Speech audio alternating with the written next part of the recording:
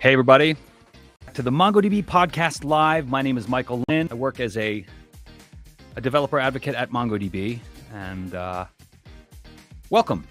Welcome. As you come into the stream, I'm going to be asking you to share where you're at, what your experience level is with MongoDB or with starting up. Maybe you're a founder. Maybe you've got an idea to start a business. Today, our guest is going to be Julian Busch. He's head of our startups program.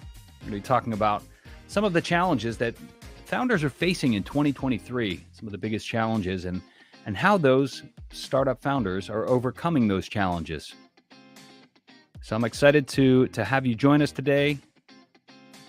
Thanks so much. We'll give it just a moment for people to join. The live streams are live. We're live on LinkedIn and YouTube.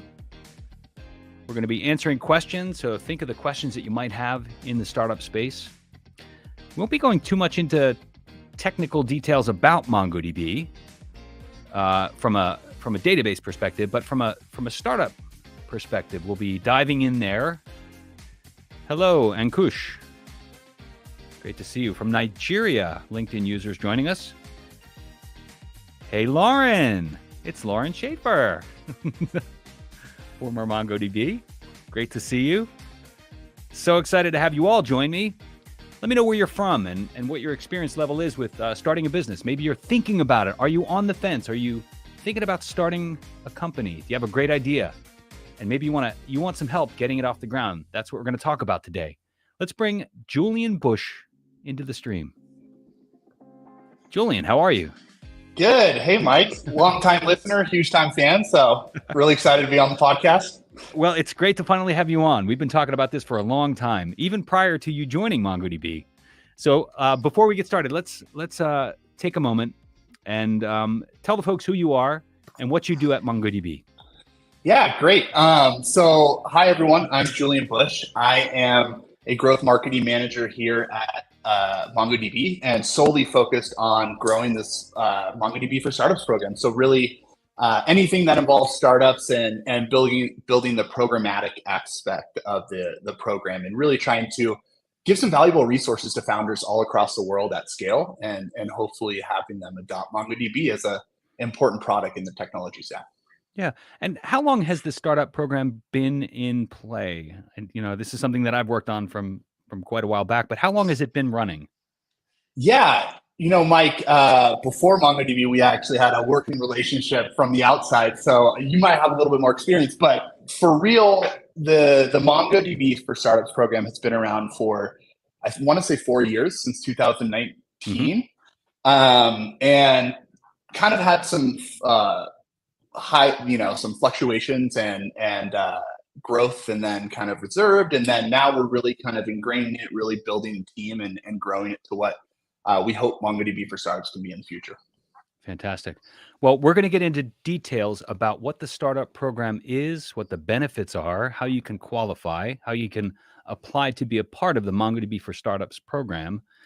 If you're just seeing this and just learning about the MongoDB Startups program, check the link out. It's mdb.link/startups-live. It's going to take you to the startup page.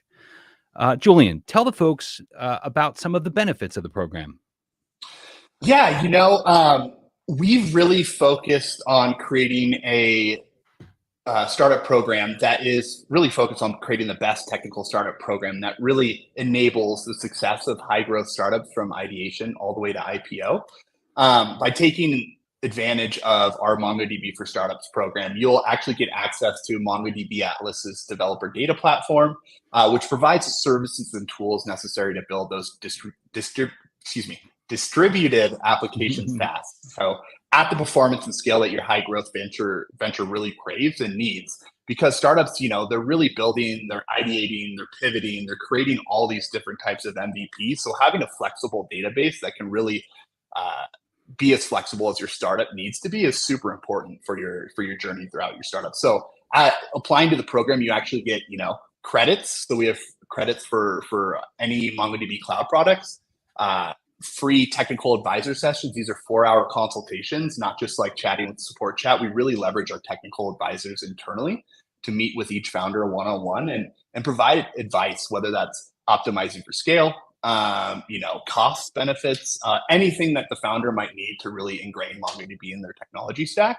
And then co-marketing opportunities, we really try to leverage, and Mike, you know this, you do so many podcasts with a lot of our founders. So we really appreciate it. And just spread the word, awareness for these founders. They're building such great things. And one of the things that we can really provide is huge awareness and really blow the names of a lot of these startups out of the water and get them attention. Which is all about awareness. Yeah, exactly. Awareness is so key when you're starting up. I mean, depending on what stage you're at, some are below the water, just getting ready to go live. But when you're ready to take that next step, a company like MongoDB can really help with awareness. And you mentioned the technical advisor program. Now, I want to encourage the folks that are joining, think about some questions you might have for Julian as we go through the conversation. But I wanted to focus in on the technical advisor program. This is something that I had the great pleasure of actually like forming and starting. And it was initially based around volunteers from the technical staff at MongoDB. These are engineers, they're solutions architects. These are folks that have been working with MongoDB for many years. These are experts, super brilliant people. Folks like Jay Runkle, he was one of the first advisors that joined on and offered his time. And I mean, I actually served on that team as well.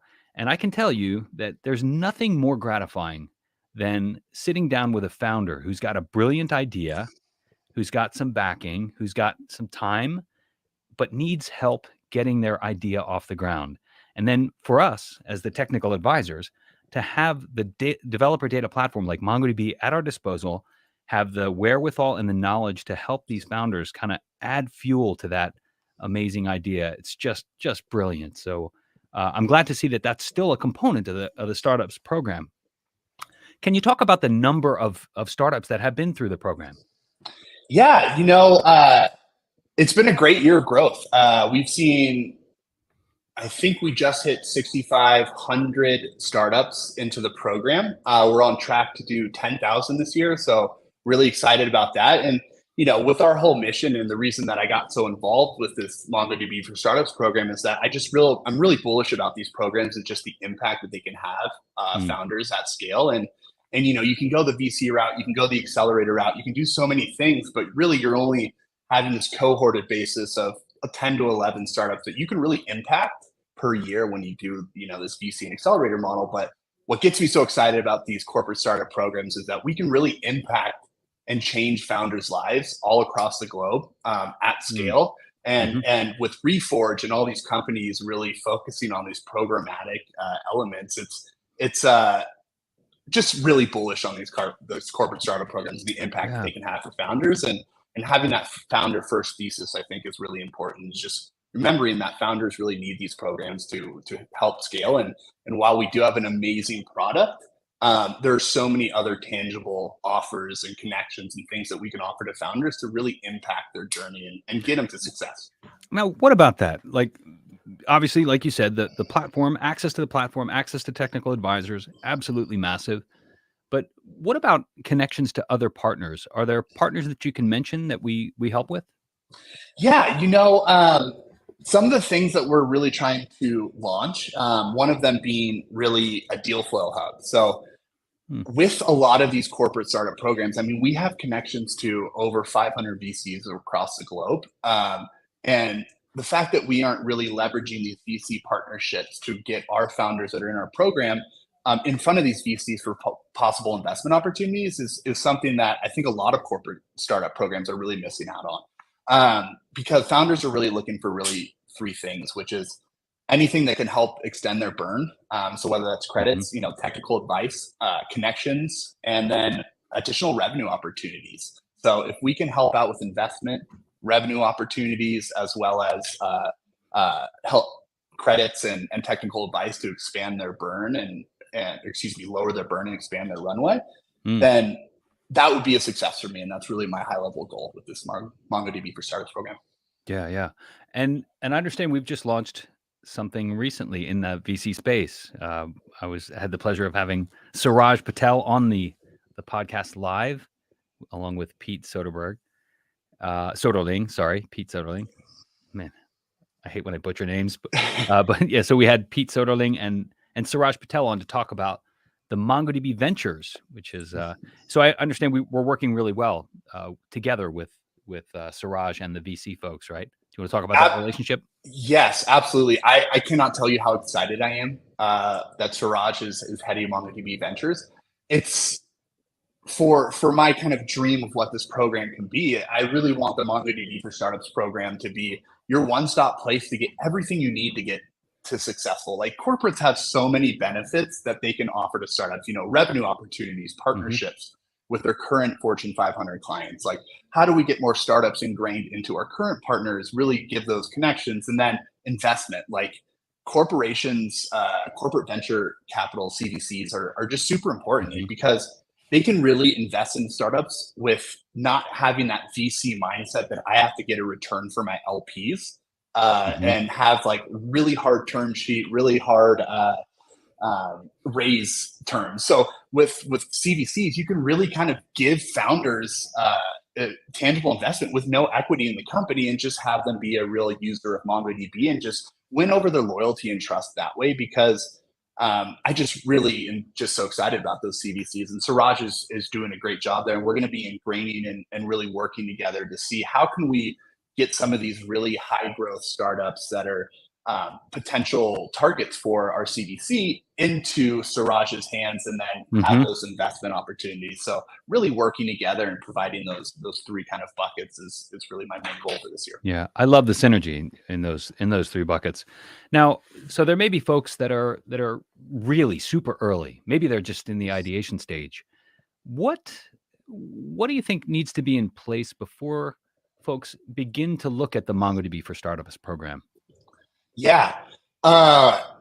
With MongoDB and just the product, it can be so important for even as they're creating their first website or even just thinking about their idea. I really want to get MongoDB into a lot of founders as they're building out their data stacks and building some of their applications, and just understand the flexibility of the product at an early stage so that they can learn, understand, and educate and grow with the product. So for us, like really the criteria is if you've got a great idea and your website is functioning, apply.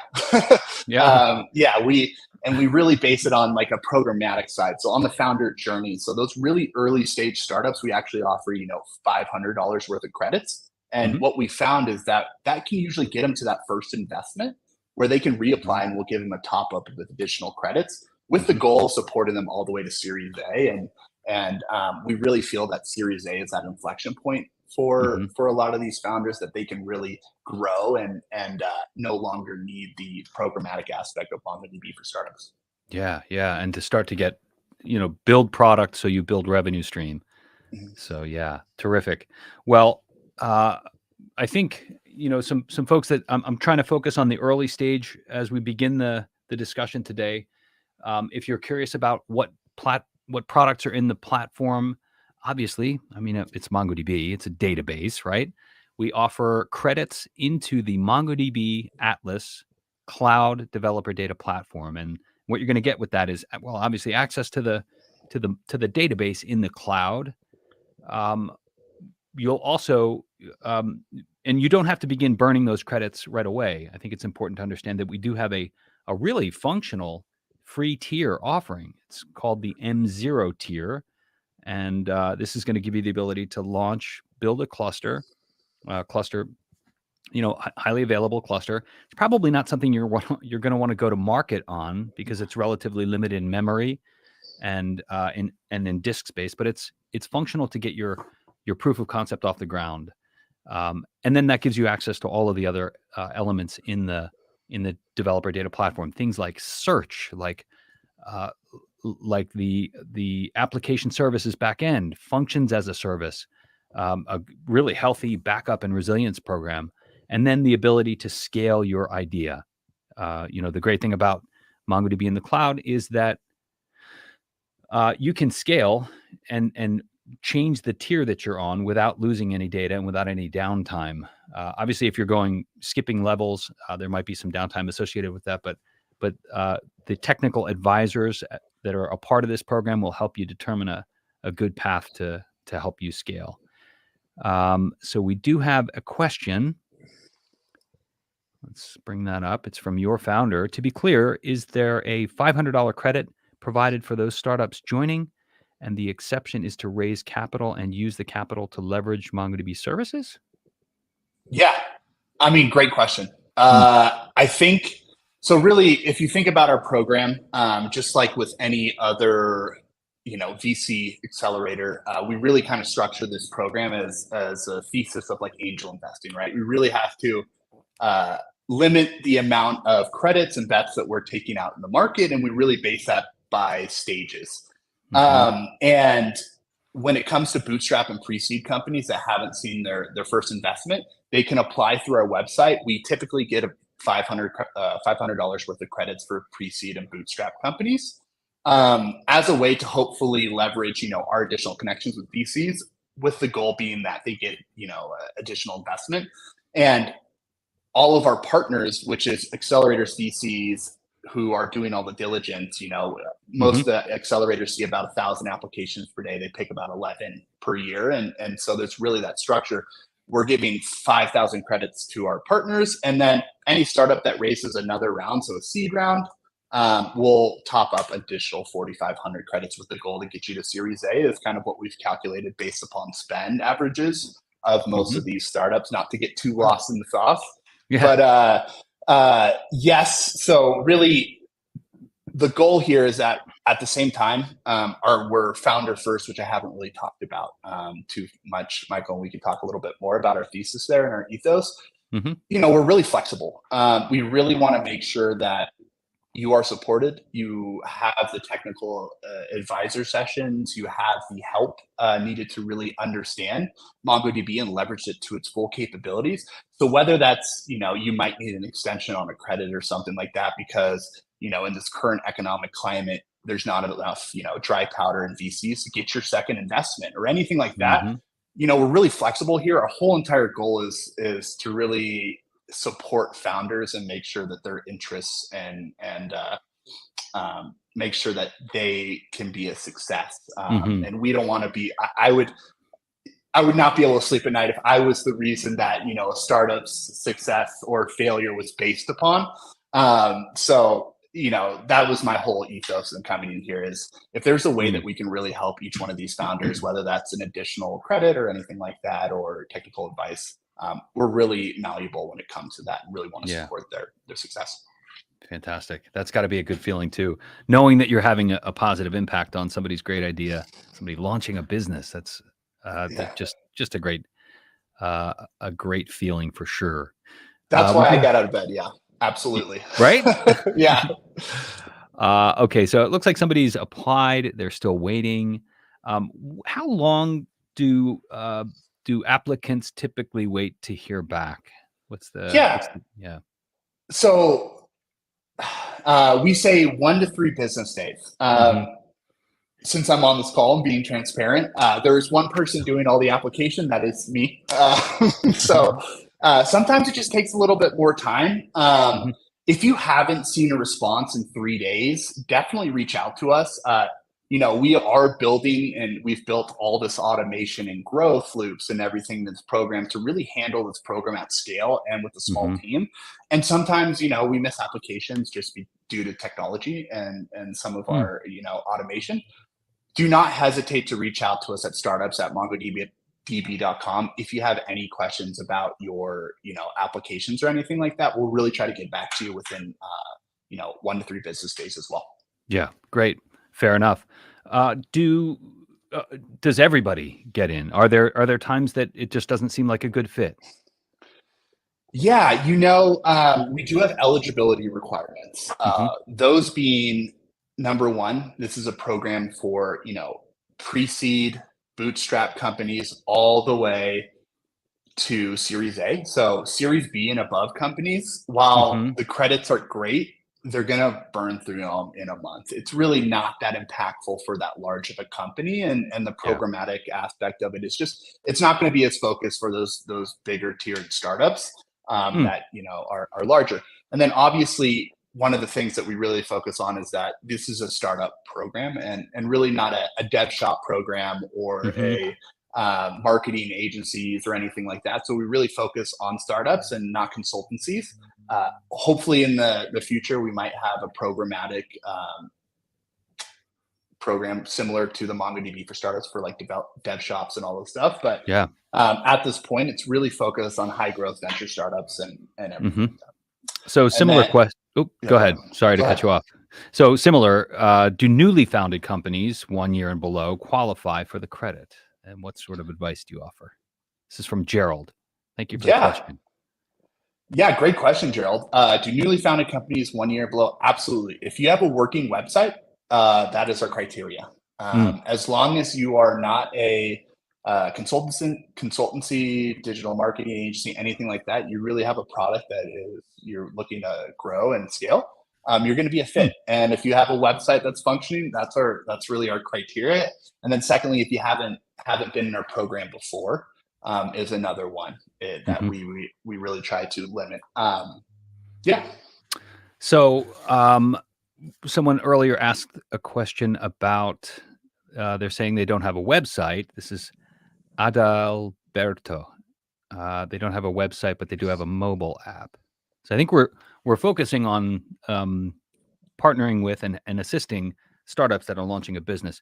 I think it would be hard to believe that anybody would want to start a business without a website of some type, right? Is that? Yeah, I think you're kind of getting into that process that we're thinking about. It's that when we're doing this at scale, we really have to have limitations on who is accepted in the program, and at the end of the day, I want to accept every single person and find a way to get them into the program because I think it's impactful to get them to where they want to be. The website criteria and having a live website is just it's a push for founders to really kind of, even if it says it's on the way or in progress, you have a domain, you have a business name, and you have an idea of what this business is going to be in the future. And that's kind of what we really want these founders to start thinking about is like, that's awesome. Like there is, just like you said, the community aspect where you can really play around in the sandbox and do it all for free. And I highly recommend that for startups that don't have an active website, to just really use that free version at first until you figure out, this is the product that I want to create. I validated the product market fit. I'm ready to create that website and that domain. And then I'm ready to launch this business, and boom, you're accepted. I think that's what we really want to get the startup and the focus of. Also, pitch decks. If you got a link to a pitch deck and you don't have a website, that works as well. That really, to me, that makes, as we're thinking about applications, you're thinking about your future and what the business is going to be. Yeah. I think you mentioned two critical elements in the path to really founding a company.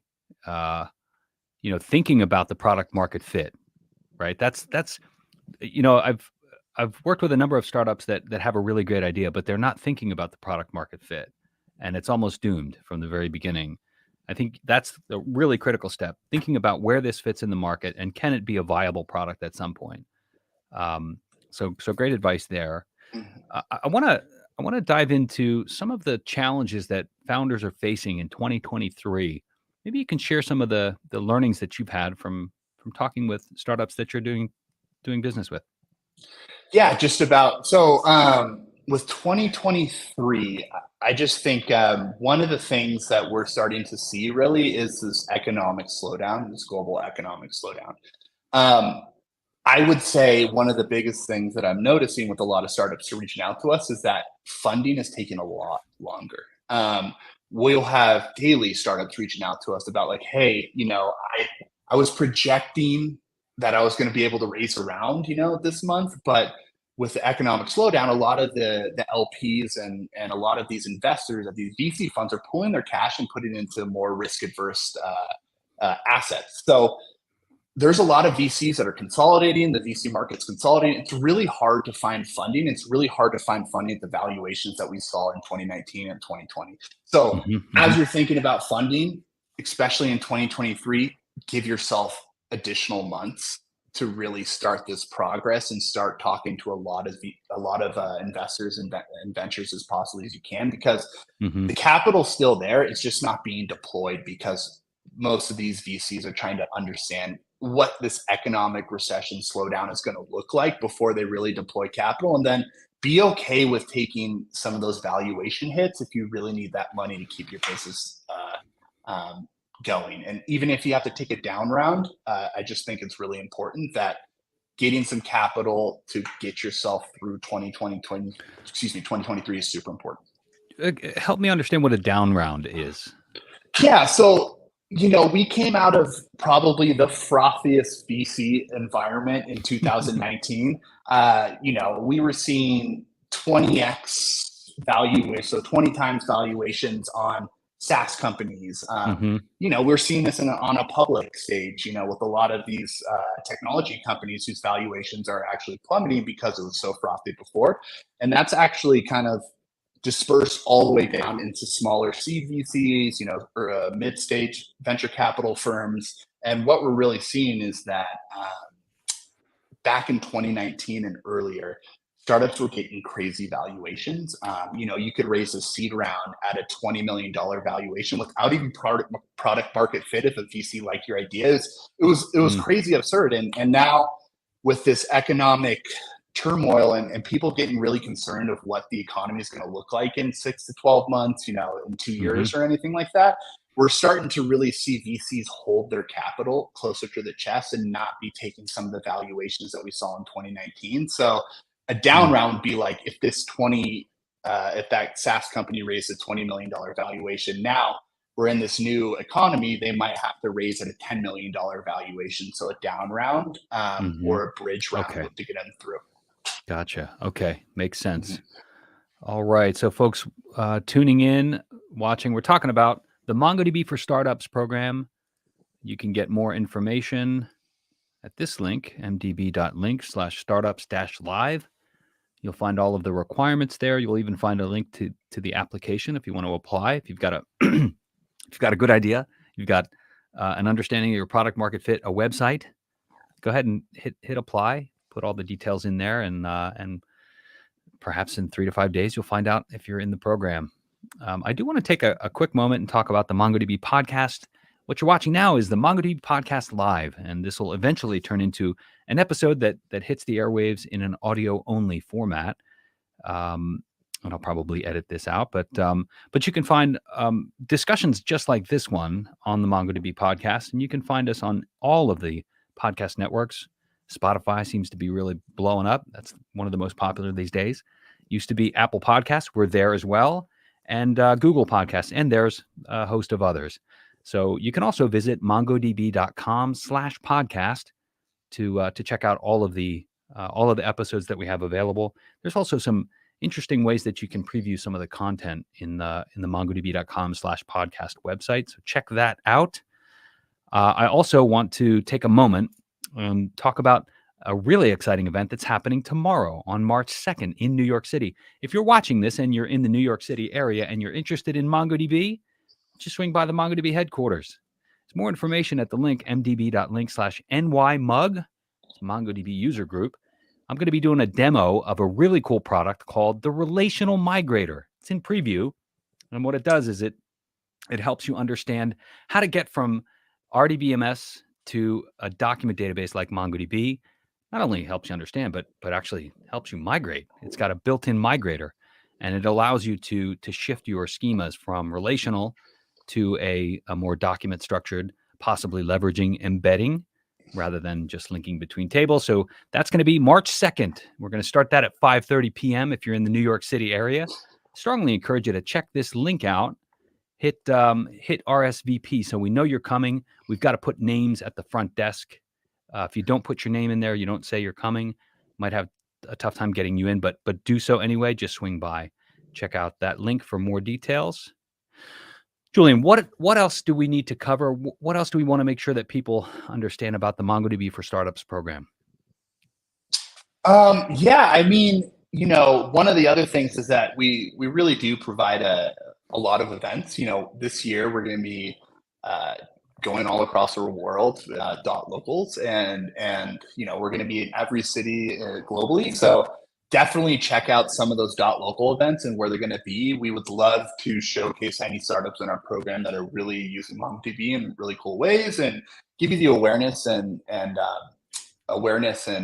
give you the product booth that be able to share some stuff you're working on and building on MongoDB. Yeah, and then some things that we've got kind of in the pipeline that I'm really excited about is obviously the MongoDB Ventures collaboration. I think that'll provide a really cool opportunity for a lot of our startups. We're going to have crossing my fingers, we're going to have a marketplace where I really want to provide revenue opportunities for founders that are going to be in our program. So, as startups graduate from our program, they can be listed on this marketplace so that other startups can, redeem their perks. And that goal is that we can do the revenue, we can do the investment, we can do the awareness as well as the credits and extension. I think that we can really show success to a lot of founders out there, and that's the goal being. That's super exciting. So what's the time frame on the marketplace? I'd really love to see that come to fruition. Hopefully in a month and a half. That's the goal. Oh, wow. Outstanding. Yeah. Building the plane as it flies. So yeah, absolutely. Yeah. Great. Well, we've helped a number of startups. Several of them we've had on the podcast. We've had Thunkable on. Those are great guys. We've had Charge Hub in the EV space. Who else? Oh, Kubitro in the IoT space. Right. Are there any startups that you've worked with that are notable that you want to call out? Yeah, definitely those are some great ones. Queenly is another really great one we've done quite a bit with, and she's just such a amazing founder and just such a leader in the space. Vanta being another one that really went through our program, and now they're starting to see that huge kind of growth. Another one being Yodel, German-based company that's been growing like crazy, and yeah, so many founders, so many companies coming through and really trying to figure out how we can really impact these founder journeys at scale. I think is probably the most important part, and not give up, that really founder first thesis at scale. So love that.